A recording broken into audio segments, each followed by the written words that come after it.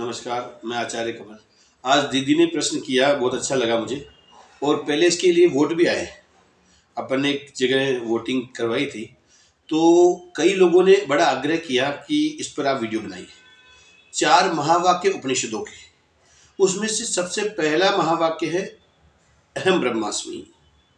अब ये होने को तो इसके ऊपर अपन दिन भर या कितने महीनों भी चर्चा कर ले तो कम है, क्योंकि ब्रह्म के सिवाय दूसरा कोई है ही नहीं।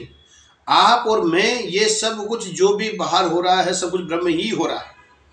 देखो, सबसे मुख्य बात यह है कि वह परमात्मा हर जगह विद्यमान है, 3 श्रेणियों में, भूत भविष्य वर्तमान, साथ ही साथ में न्यूट्रॉन प्रोटॉन और इलेक्ट्रॉन। तो अब ये तीनों स्थितियों में हर जगह शरीर में भी है, समय में भी है, और वही आपके जो अंग्रेजी में गॉड की जो परिभाषा है उसमें भी 3 विभाग बनाए गए।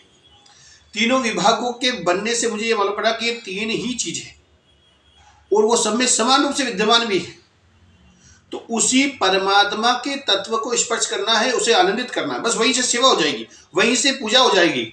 अगर आप उस पर ब्रह्म को, जो आपके भीतर हमेशा विद्यमान है, वह आनंदित हुआ, वह प्रसन्न हुआ, वह प्रेम से भरा हुआ, समुद्र की तरह बना हुआ, बस ये ब्रह्म को पाना यही है। आप बाहर जाकर के अहम ब्रह्मास्मि को कहीं खोज नहीं सकते। आप जिस मूर्ति में पूजा करते हैं उसमें ब्रह्म भाव कब देखते हैं? क्यों?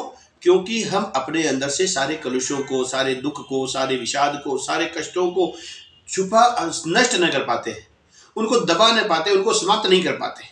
तो इसीलिए अपन ये सोचते हैं कि ये परिपूर्ण शांत मूर्ति ऐसे हो जाए। तो मैं कहता हूं इन्हीं को त्यागते जाओ, इन्हीं को छोड़ते जाओ, इन विकारों को छोड़ते जाओ, ब्रह्म स्वतः ही प्रकट हो जाएगा। जैसे किसी वस्तु पे लगा कीचड़, आप पोंछते जाइए, जो वास्तव में सोना है तो बाहर आ जाएगा।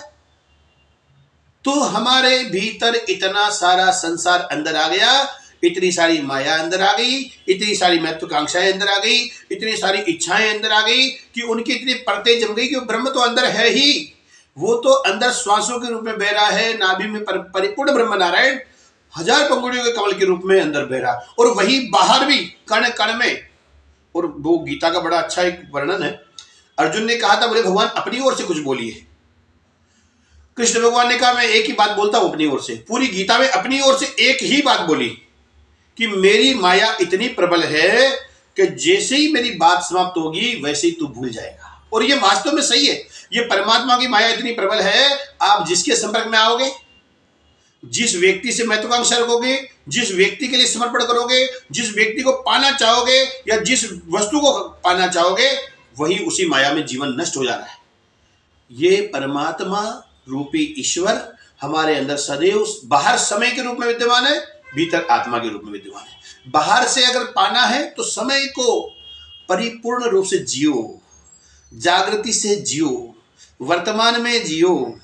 बाहर अभी जैसे हम हमारी माताजी, दीदी से, भैया से, इनसे आप बात कर रहे हैं, तो इस समय मैं सोच रहा हूं कि बस ये परमात्मा ही हो रहा है, मुझे अलग से कुछ नहीं करना, ये हो गया, ये नारायण हो ही रहा।